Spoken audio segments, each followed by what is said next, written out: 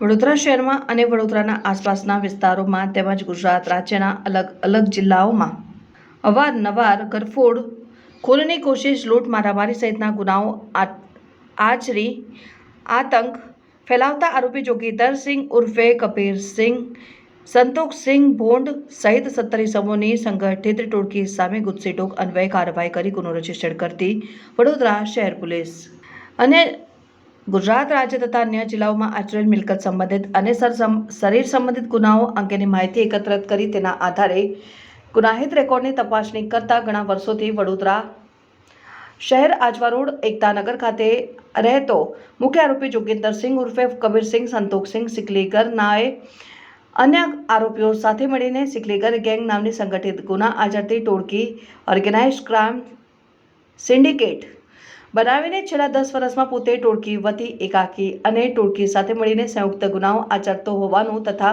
ગેંગના તમામ સભ્યોએ એકાકી કે સંયુક્ત ગુનાઓ ટોળકી વતી આચરેલ હોય ટોળકી દ્વારા સમગ્ર વડોદરા શહેર અને ગુજરાત રાજ્યના અલગ અલગ જિલ્લાઓમાં ઘણા વર્ષોથી ગરફોડ, ચોરી, લૂંટ, સ્નેચિંગ, ચેઇન સ્નેચિંગ, ગંભીર શરીર સંબંધિત જેવા કે એકબીજાના સંપર્કમાં હોવાનું ફલિત થાય છે અને ટોળકાના ત્રાસથી સામાન્ય નાગરિકો આ ટોળકીના સભ્યો વિરુદ્ધમાં ફરિયાદ કરવાનું ટાળે છે. 17 આરોપીઓ વિરુદ્ધ ગુજસીટોક એક્ટ 2015ની કલમ મુજબ આગળની કાયદેસરની કાર્યવાહી કરવામાં આવેલ છે.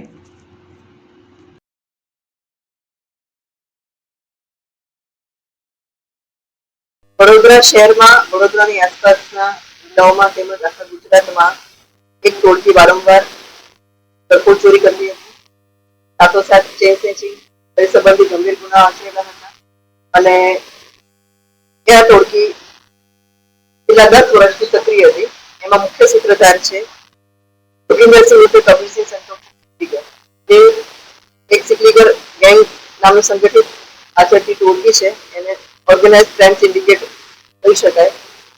એની સાથે એના 17 સભ્યો છે અને આ 17 સભ્યો એકબીજાની સાથે સંપર્કમાં રહી અને અલગ અલગ એકાકી રીતે અથવા તો સંપર્કમાં રહીને સાથે રહીને પણ એ લોકો કુલ 263 ગુના આચરેલા છે છેલ્લા 10 વર્ષમાં. અને આ જે 17 આરોપીઓ છે એમાંથી આરોપી જોગીસિંહ ઉર્ફે કબીરસિંહ, સંતોષસિંહ છે એની ઉપર 56 ગુના દાખલ થયેલા છે અને 4 વખત પાસામાં જઈ ચૂકેલા છે. આરોપી રાજવીરસિંહ ઉર્ફે રાજી માનસિંહ સિકલીગર છે એની પર 18 ગુના છે, એની પર 2 વખત પાસા થઈ ગયેલી છે. આરોપી શેરુસિંહ ઇતરસિંહ ટાક છે એની ઉપર 34 ગુના છે, એક વખત પાસામાં જઈ આવેલા છે અને હાલમાં પણ એ જેલમાં જ છે. આરોપી કલ્લીસિંહ અમરસિંહ માયાસિંહ બાવરી છે જેની પર 28 ગુના છે, એની પર 1 વખત પાસા થયેલી છે. આરોપી કરમાસિંહ દુધાણી જેલમાં છે એની પર 2 વખત પાસા થઈ ગયેલી છે. એને 17 ગુના આચરેલા છે. વિજયભાઈ ઉર્ફે બોડો રાજવીસિંહ પીપીટીઆર છે જેની પર 24 ગુના છે અને 2 વખત એ પાસામાં જઈ આવેલા છે. કલ્લીસિંહ રાજેસિંહ ટાક જેની 9 ગુના આચરેલા છે અને 2 વખત પાસા થઈ ગયેલી છે. આરોપી જોખરસિંહ મોહનસિંહ દિલીપસિંહ એને 30 ગુના આચરેલા છે અને 1 વખત પાસામાં જઈ આવેલા છે. આરોપી બલજીતસિંહ બાવરી જેને 18 ગુના આચરેલા છે અને 1 વખત પાસા થયેલી છે. આરોપી મહેન્દ્રસિંહ બાવરી જેની પર 13 ગુના આચરેલા છે અને 1 વખત પાસા થયેલી છે.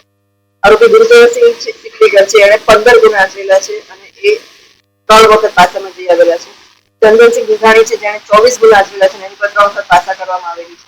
આરોપી રાજેન્દ્રસિંહ પીપીટીઆર છે એને 18 ગુના આચરેલા છે અને 1 વખત પાસા થયેલી છે. જશુસિંહ ચિંટુસિંહ રાણાસિંહ કરીને આરોપી છે જે 5 ગુના આચરેલા છે અને 1 વખત પાસા થયેલી છે. રઘબીરસિંહ સિકલીગર છે એને 10 ગુના આચરેલા છે અને 1 વખત પાસા થયેલી છે અને આરોપી જસપાલસિંહ સિકલીગર છે એને 2 ગુના આચરેલા પાસા થયેલા છે. આમ આ ટોટલ 17 જે આરોપીઓ છે એ લોકોએ 146 ગરફોડ કરેલી છે, 32 સાદી ચોરી કરેલી છે, 8 ચેન સ્નેચિંગ કરેલી છે, 6 લૂંટ આચરેલી છે, ખૂનની કોશિશ રાઇટિંગ સાથે 2 કરેલી છે, ખૂન 1 કરેલું છે, ઈજા વિથ રાઇટિંગ 1 છે, રાજ્યસેવક પર હુમલો 1 છે અને સામાન્ય ઈજા 1. આમ કુલ 263 ગુનાઓ આચરેલા છે અને છેલ્લા 10 વર્ષમાં આ ગેંગ હજી પણ સક્રિય છે અને ગુના આચરતી રહે છે.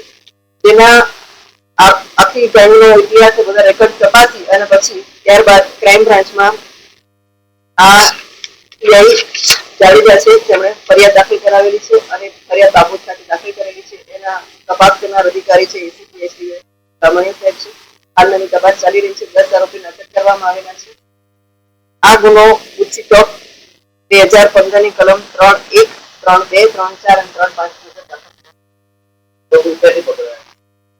આરોપી અલગ અલગ જગ્યાએથી પકડવામાં આવેલા છે, જ્યાં એમની રહેઠાણું સ્થળ અથવા તો જ્યાં જ્યાં એ લોકો હતા ગઈકાલે રાતે સક્રિય હતા એ બધી જગ્યાએ એમની તપાસ સુધી ચાલુ છે.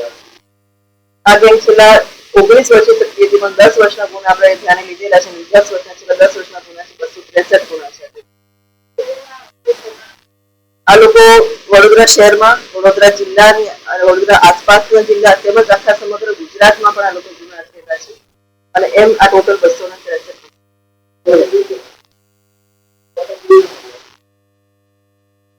આની માટે અલગ અલગ ટીમો, જ્યારે ખબર પડી કે આટલી મોટી ગેંગ સક્રિય છે અને વારંવાર ગુના આચરે છે, એટલે અલગ અલગ ટીમો બનાવવામાં આવી ક્રાઇમ બ્રાન્ચ દ્વારા અને આખા ટીમો બનાવી અને આ આરોપી માટે દાખલ કરી અને ત્યારબાદ તાત્કાલિક